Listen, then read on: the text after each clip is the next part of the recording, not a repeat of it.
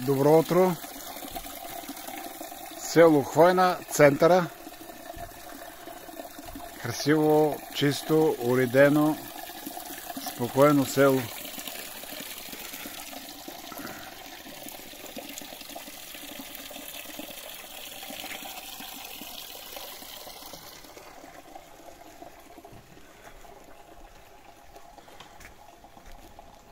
Имат страхотен парк.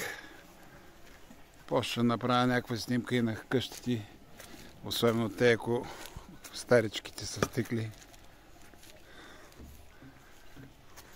Ето, утре ще има събор. Малко по-наляво подготвят всичко за събора.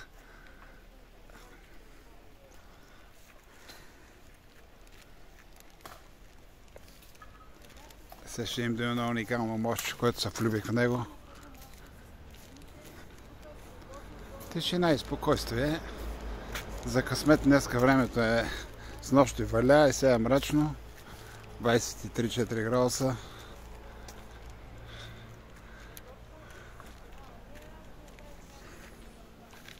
Не е нищо особено, обаче за любителите на спокойствието и на красотата смятам, че им достави удоволствие да гледат този клип и да се запознаят с село Хвойна, което е много близко до Пловдив.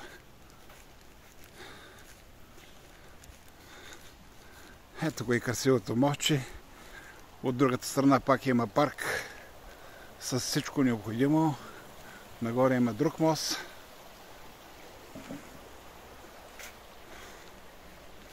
Ето е рекичката, която идва вероятно горе от Орехово. Ай, красота!